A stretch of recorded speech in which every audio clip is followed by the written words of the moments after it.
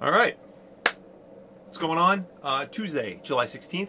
Wanted to do a video today. There's so much that happened over this past race weekend that, you know, you read the news the day of, the next day, things you missed, things that happened, occurred, you want to share, discuss. That's what we're doing. So, welcome. Found a few articles that obviously coming through the Twitter stream, the Flying 118 Twitter stream, and definitely want to pass on.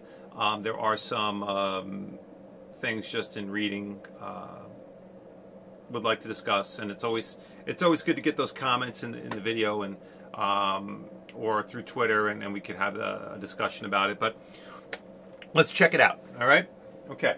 First and foremost, we're going to go over to Formula 2. A little bit of an interesting story. Nothing too crazy, but you had a driver, Sean Gelael, who sat out the race at Silverstone because of due to an incident practice. It seems as though that he's within 2 points of having a one-race ban. And he... From the article, and I'm referencing courtesy of racefans.net article, the decision for some of the penalties that were given as points against him and brought him within 2 points of a one-race ban, the decision was passed down just a few hours before the start of the race. So obviously being upset with that, from what I'm able to extract from the article, and the article unfortunately isn't exactly clear, and maybe my fault, but it seems as though Gelael took it upon himself to withdraw himself and stage basically a walkout. And I think there was people on both ends of it that felt whether he was wrong or right, including the race organizer, who kind of sympathized with Gelael for having to hear about this race decision so close to the start of the race. So it is unfortunate, but hopefully, you know, things come together for him again, and he can get back in. But we hope to see him again real soon. There was something mentioned here. One of the incidents was where was it?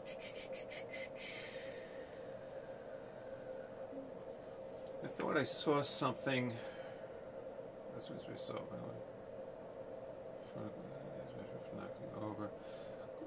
He had a collision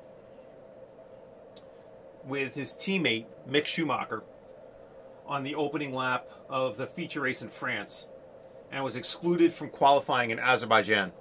So he was excluded from the qualifying for that, for also knocking over two marshals who were trying to help him restart his car. So it doesn't really sound like the best. Maybe the things are going all that great for you know, for him. Those are two things you probably don't want to be penalized for: banging into your teammate and knocking over marshals. That's rough. All right. So that was one of the stories from today. Let's move forward. Kind of a fun one. Dale Earnhardt Jr. was in playing around with the code words that are used amongst the NASCAR drivers and their teams within pit lane over the radio as to whether or not they're coming in for fresh tires. So obviously everyone can tune in and listen and hear the chatter, including you can even go to the official NASCAR.com scanner and listen to the chatter between the drivers and their teams. So a little bit of a fun article about you know, Dale Jr. via Twitter tweeted out, and to quote, "You're a NASCAR driver. You have a code word for a pit stop. What is it?" And then obviously the responses ranged from everything from very extremely clever to basically really, really funny and witty. So just to look, avocado toast. Could be a code word, hot dog. Staying out, obviously, and being clever. That you staying out is opposite. You're coming in. So that was some of the answers in this article. This is courtesy of the official NASCAR.com website. It's a good read. It's kind of funny when you think about it. The troubles that some NASCAR drivers are going through and trying to prevent the teams from figuring out their strategies. But I think during the race, one of the codes used for a driver coming in was, let me see. I think it was Kyle Busch who said, they asked him if he was coming in, and he said Chick-fil-A. And he came in and got two left tires. Funny stuff. So that's what kind of pushed Dale Jr. to kind of put out that tweet. But it's a good read. NASCAR.com. Good stuff. All right, moving forward. Gentleman named a WTCR driver in Europe named Dusan Borkovic has been banned from competing in the series for the remainder of the season for quote-unquote inadmissible behavior. And that was at last weekend's Red Bull Ring round of the series. So basically, one of the competitors racing in the race, a gentleman named Nelson Panciatici. I hope I pronounced that properly. They collided on the final lap of the second race of the WTCR while they were battling for fifth place. It looks as though that Dusan took exception to that and actually went to the pit lane at the end of the race and got out of his car and approached the teammate of the car that hit him, because both cars obviously have a team look alike. And in the process of approaching him and trying to pull the driver out of the car and engage him physically, he knocked down a female,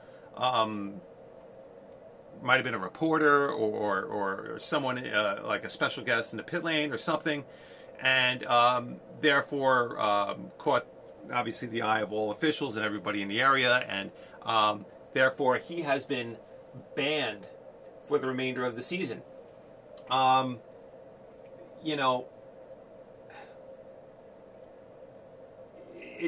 They took a very strong stance. They issued very strong statements. I commend them. They acted swiftly. They acted in a very defined manner. There was no ambiguity about it. They were just, said this is not the way we want to run a series. This is not the behavior we condone. So he's gone for the remainder of the season. So Dusan Borkovic is no longer racing WTCR. Most likely will have a difficulty time, depending on contractual things and so on. Might have a pretty difficult time re-signing or finding a ride for next season also. That's the type of stuff you need to avoid. You need to have your emotions in check and act like a professional. Hopefully the lady who was knocked around in the scuffle or the attempted scuffle is okay. It is what it is. And that article, courtesy of Autosport.com. Moving forward. Okay, this is a good one. Let me see if I can darken this a little bit. Okay, so DTM boss Gerhard Berger is seen here chatting with Prince Albert II. Now, what could the head of DTM be talking to Prince Albert II, who resides in Monaco? What could they possibly be talking about? Connect the dots. That is correct. DTM is interested in running a race at the Monaco circuit. Now, unfortunately, Prince Albert, as a representative as to, for Monaco and organizing such large events such as this, has stated that they do not feel that they can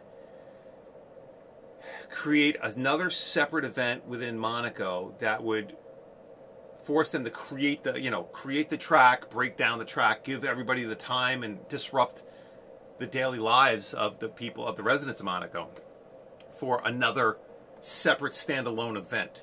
So what they're thinking of doing is trying to figure out a way to attach it to the Formula E event that's there, or obviously the Formula One event that's there. Now, both of those events already have support series that are there for those events, so those main events. But they're discussing it, which would be cool. I mean, DTM on the Monaco circuit would be cool. They're also talking about trying to get DTM onto the Nürburgring. Now, one of the things there that's an obstacle is that one of the rules of DTM is that there's no refueling. But you put the cars on the track, and they're talking about the full circuit of Nürburgring. Obviously, refueling is a major sticking point. So, not sure how they're going to tackle that one, how they're going to approach it. But interesting read nonetheless about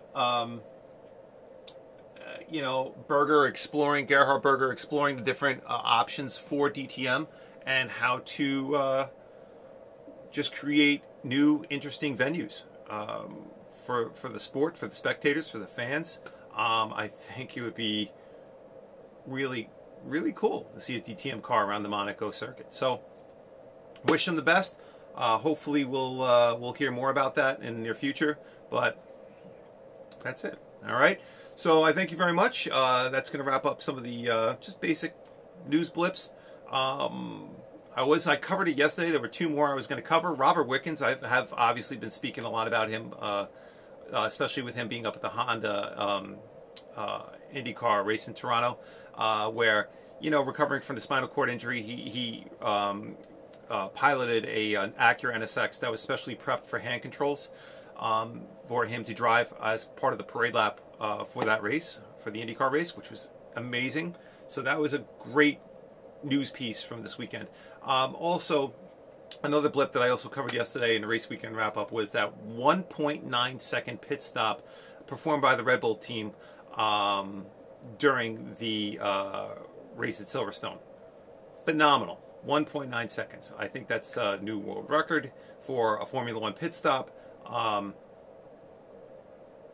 If you haven't seen it, they do, I think, have it hosted on the official Formula One YouTube channel.